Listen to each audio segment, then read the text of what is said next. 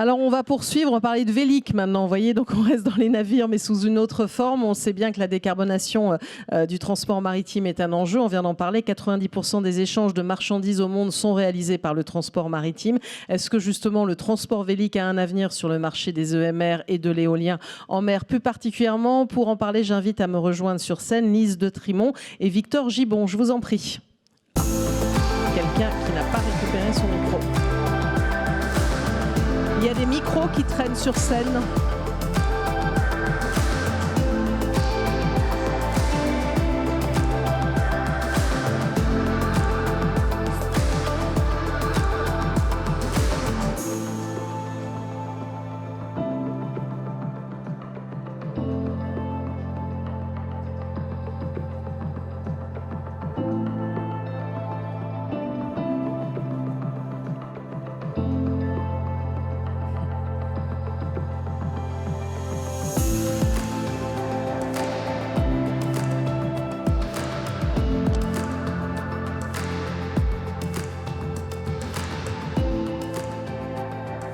Merci à tous les deux de m'avoir rejoint et puis on aura bientôt un intervenant en ligne, Gavin, ALLWRIGHT, que vous connaissez évidemment bien, qui est le secrétaire général de l'International Windship Association. Vous êtes la déléguée générale, Lise DETRIMONT. Merci beaucoup d'être avec nous pour nous en dire un petit peu plus sur ce marché du transport Vélic. Et à vos côtés, Victor GIBON, donc Special Project Manager au JIFMAR, qui va nous en dire un peu plus. Alors, il va nous parler de canopée, mais pas seulement, parce qu'on va voir concrètement aussi ces enjeux de propulsion Vélic. Mais d'abord, ce qui est intéressant, c'est d'avoir une vision un peu large de l'écosystème, des projets en cours, des développements à venir.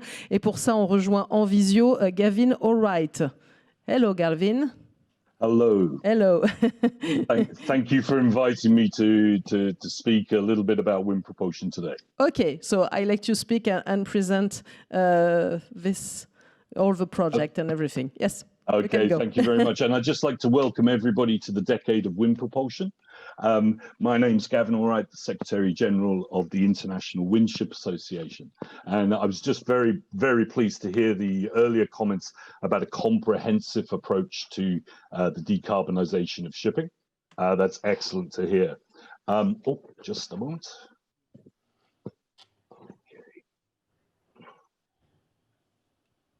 Can you hear us? Yep, no, that's okay. Yes. So just very quickly, the International Windship Association network is a fast-growing network of over 130 members around the world. Our primary action is to facilitate and promote wind propulsion in commercial shipping.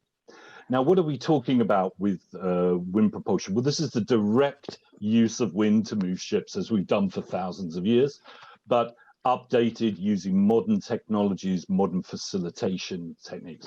But this is a true zero emissions energy source. And in a hard to abate or supposedly hard to abate sector of transport, wind propulsion can easily deliver 20 to 30% of the energy requirement across the fleet. That's from retrofits that give 5 to 20% to new builds that will be giving substantially higher. And this can all be done with today's technology, without new infrastructure being put in, and taking the weight or the burden off full-scale upgrades and scaling of alternative energy provision. So along with vessel optimization and also operational changes, we could be delivering 60% or more of the energy requirement for the entire fleet of shipping, leaving 30 to 40% as a much easier nut to crack with the alternative fuels. Where are we today? Well, we have 15 ocean-going vessels today with wind assist systems on board. That should increase to around about 20 by the end of this year. And we're looking at that doubling into the following year. This goes across various sectors. You'll notice that container ships aren't included just at the moment, although we should be seeing technologies coming through for those over the next 1 to 2 years as well. What are the market forecasts for wind propulsion? Well, we're looking at a market that could be expanding up to 10,000 ships by the year 2030, and that's an EU projection. We think that is conservative. By the 2050s, a UK government plan that was released a couple of years ago saw a penetration up to 45% of the global fleet by 2050. We think that can be substantially higher. And what I would like you to just, maybe a big thing that we can take away from what I'm talking about today is that actually the savings from wind propulsion, if we were very conservative and said 20% across the fleet, if this was rolled out substantially in this decade, then the savings accrued by 2050 would actually pay for the rest of decarbonization. And of course, this is on a macro level, not on an individual ship level, but that is a huge advantage that we have within shipping. It's the only form of transport that can use such a primary renewable so directly to actually operate ships.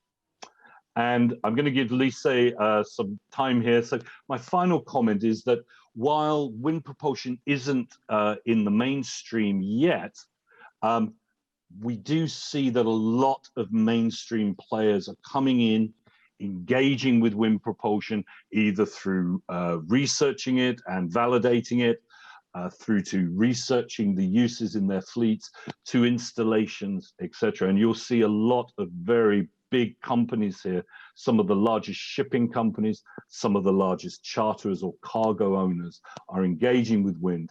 So we're moving towards that more central point. And we like to call this a win-win-win situation, a hybrid, collaborative approach to decarbonization, not fuel-centric, but energy-centric approaches. And I think everything that I've been hearing from your conference so far is certainly engaging with that holistic approach to decarbonization. Wind propulsion is one of those critical tools that's available right now for the industry to embrace. And on that point, I'll hand over to Lise. Thank you.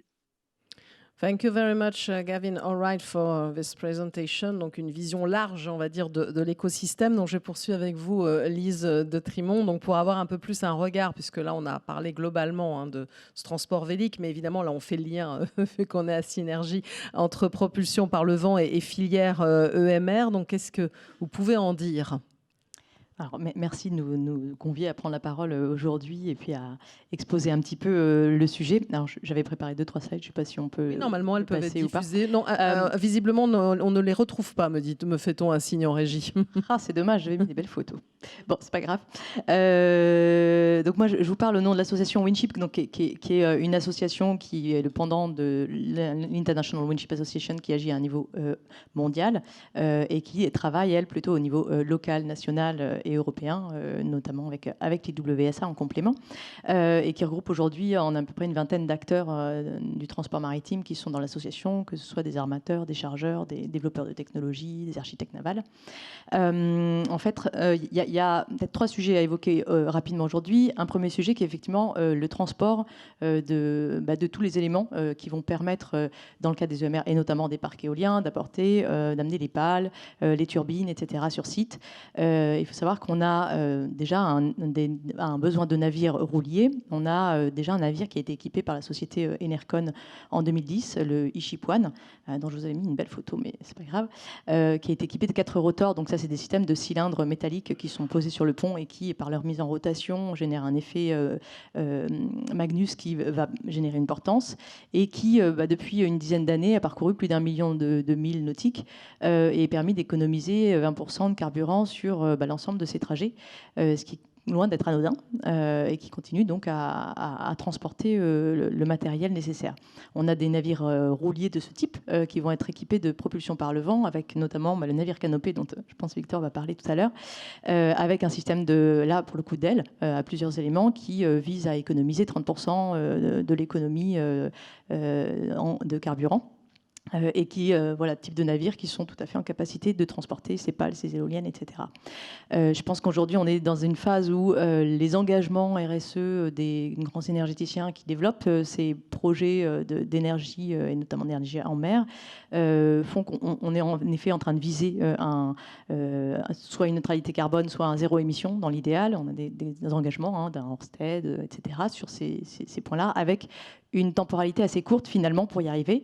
Et donc on en a parlé tout à l'heure, on parle de carburants alternatifs, mais aujourd'hui sur des trajets longue distance c'est encore compliqué.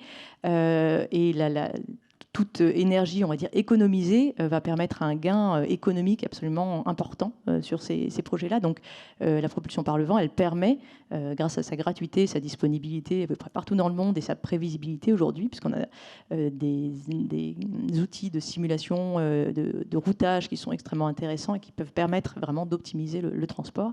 On est sur un outil qui est disponible aujourd'hui et qui est vraiment intéressant à utiliser.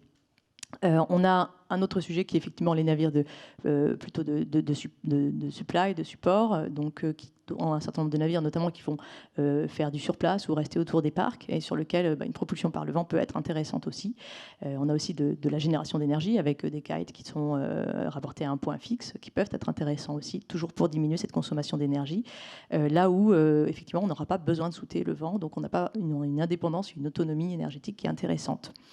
Un tout petit parallèle, et je vais finir là-dessus, et il a déjà été fait d'ailleurs tout à l'heure sur la question de la capture du CO2 et de son stockage, c'est que là aussi sur la filière des technologies de propulsion par le vent, on est sur une phase d'industrialisation, on est sur les premiers prototypes aujourd'hui, mais on a une industrialisation qui est en train de se mettre en œuvre avec des usines qui sont implantées notamment en France, que ce soit Air6 avec des kites, que ce soit Aero avec des ailes, et donc un effet de seuil sur la production industrielle et la diminution du coût de ces outils de propulsion vélique qui peut être, voilà, de même que pour les EMR, on a vu cette diminution du coût de rachat de l'électricité, qui peut être un élément assez déterminant dans le modèle économique des parcs éoliens.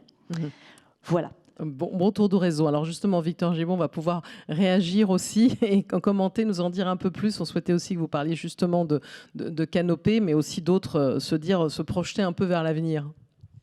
Oui, bonjour à tous. Merci de me donner la parole. Donc moi je suis là aujourd'hui, je représente JIFMAR et je venais parler du projet Canopée. Donc la jeunesse de ce projet, ça a commencé en 2017 avec un appel d'offres lancé par Ariane Group pour desservir la Guyane avec le futur lanceur Ariane 6. Donc on a globalement un trade qui est entre l'Europe, différents ports européens où sont construits les différents éléments de la fusée. Donc on collecte les éléments en Europe du Nord et on les emmène jusqu'au port de Paris-Acabo en Guyane, donc juste à côté de Kourou. Et donc Ariane a besoin d'un bateau très particulier pour ça, parce que c'est un bateau qui d'abord doit emmener beaucoup de cargaisons très dangereuses, une fusée donc c'est de la poudre principalement, et qui doit pouvoir chenaler au port de Paris-Acabo, qui est un port qui est très particulier, parce qu'il y a très peu d'eau. C'est de la vase navigable, donc c'est vraiment des bateaux qui sont uniques en leur genre pour aller là-bas. Et donc en 2017, Ariane Group a lancé cet appel d'offres et l'objectif c'était donc de disposer de ce navire particulier, mais d'atteindre aussi des objectifs très ambitieux en termes d'empreinte carbone et de prix. Ariane aujourd'hui ne vit plus les années de quasi-monopole qu'ils ont connues, qui ont fait tout le succès de ce programme, et s'inscrit dans un contexte qui est beaucoup plus concurrentiel, avec notamment SpaceX et pas que. Donc il y avait vraiment un focus assez fort sur le budget de chaque transport. Et la réponse qui a été apportée, qui a été choisie par Ariane Group, c'était celle de ALLWRIGHT. Alors ALLWRIGHT, c'est la co-entreprise qui a été formée entre JIFMAR et Zéphyr et Boré. Zéphyr et Boré, ce sont les experts de la propulsion à voile, et JIFMAR, c'est l'armateur. Donc aujourd'hui, j'ai la casquette JIFMAR et je vous parle du côté armatorial. Donc le canopé aujourd'hui, globalement, je vais leur donner quelques chiffres qui parlent un peu mieux qu'un long discours.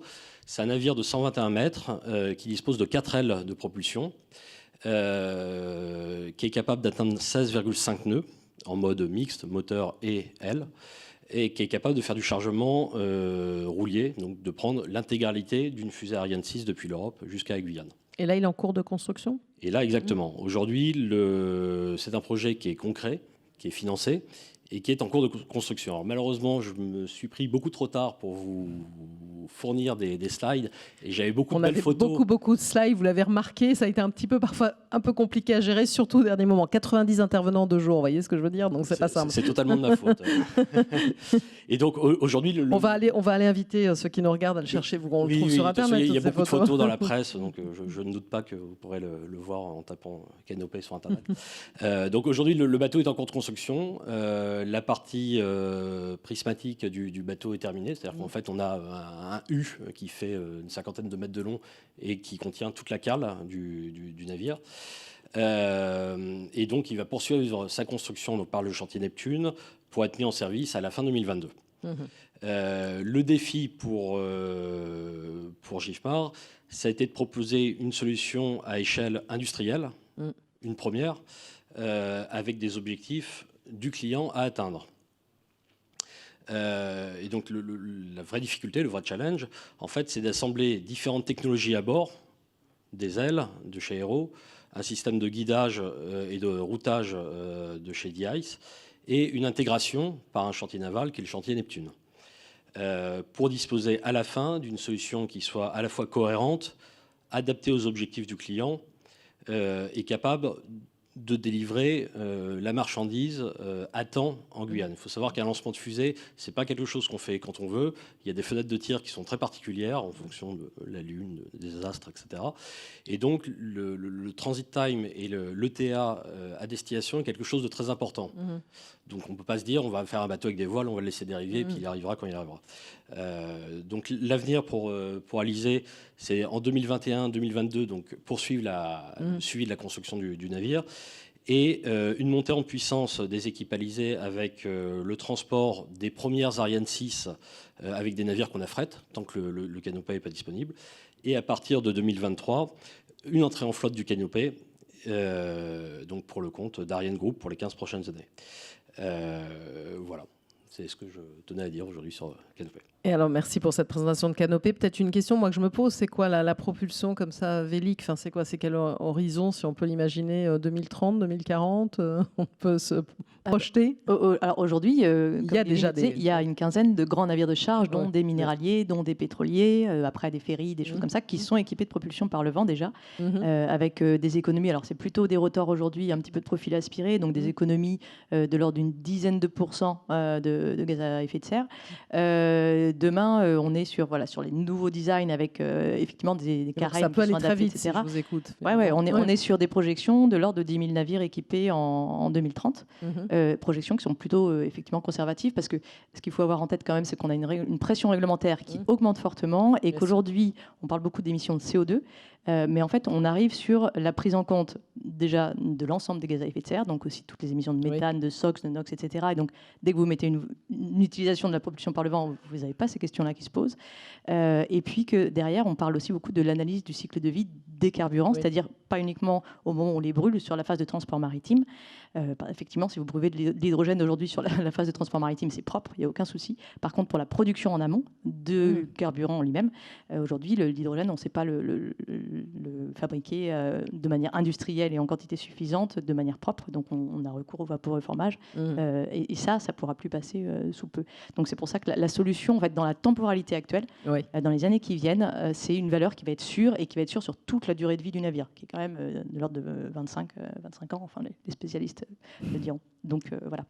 Merci beaucoup à tous les deux. On peut vous applaudir pour cette intervention sur le transport vélique.